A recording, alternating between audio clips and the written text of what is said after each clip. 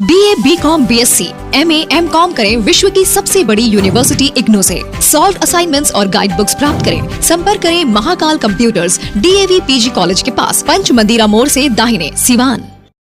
देश के राजनीति किस कदर करवट ले गई यह तो 4 जून को मालूम चल ही जाएगा, लेकिन जो सिवान की राजनीति में सुगबुगाहट चल रही है उसे देखकर तस्वीरें लगभग साफ हो गई है।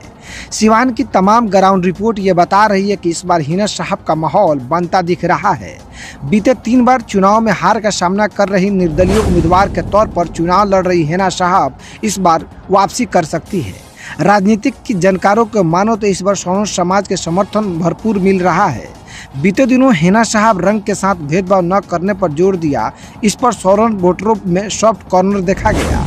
हिना साहब का हिंदू धर्म का सम्मान या चुनरी ओढ़ना ये सब कुछ बता रही है कि सिवान जिले में इस बार महागठबंधन व NDA गठबंधन के उम्मीदवारों का राह आसान नहीं रहेगी। वहीं महागठबंधन ने और बिहारी चौधरी को उम्मीदवार बनाया है तो NDA की ओर से जदयू से माले के नेता रहे रमेश सिंह कुशवाहा की पत्नी विजयलक्ष्मी को टिकट दिया है। 1990 और सन 2000 के दशक में भाकपा माले की राजनीति से अगड़ी जाति के एक वर्ग असहज था। ऐसे में उस समय राजद के कद्दावर नेता रहे दिगंबर शहाबुद्दीन के साथ हो गया था। इस बार 2024 के लोकसभा चुनाव में रमेश कुशवाहा की यही अतीत एक बार फिर आड़े आने लगा है। स्थानीय लोगों का कहना है कि अगड़ी जाति का एक वर्ग इस चुनाव में हिना साहब के साथ जा सकता है। ऐसे में भाजपा और जदयू के बीच गठबंधन के बावजूद रमेश कुशवाहा की पत्नी विजयलक्ष्मी के लिए यह चुनाव आसान नहीं रह जाएगा। इसके अलावा राजपूत नेता अजय सिंह की पत्नी सांसद कविता सिंह का टिकट इस बार जदयू ने काट दिया है। इसको लेकर अंदर खाने राजपूत वोटरों में नाराजगी की खबरें आ रही है।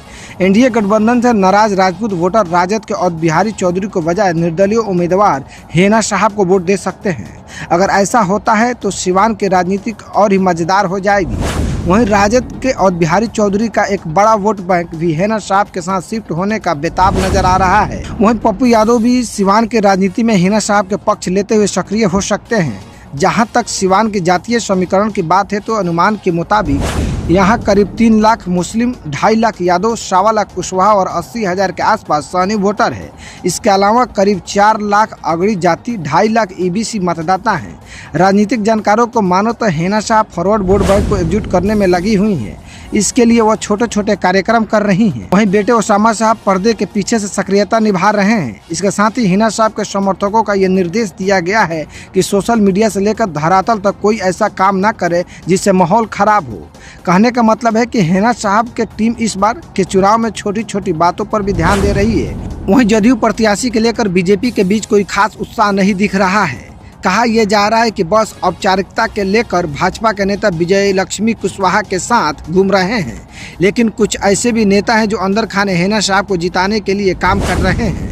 वहीं हिना साहब को भीम आर्मी सेना के राष्ट्रीय अध्यक्ष चंद्रशेखर आजाद ने भी समर्थन का ऐलान कर चुके हैं।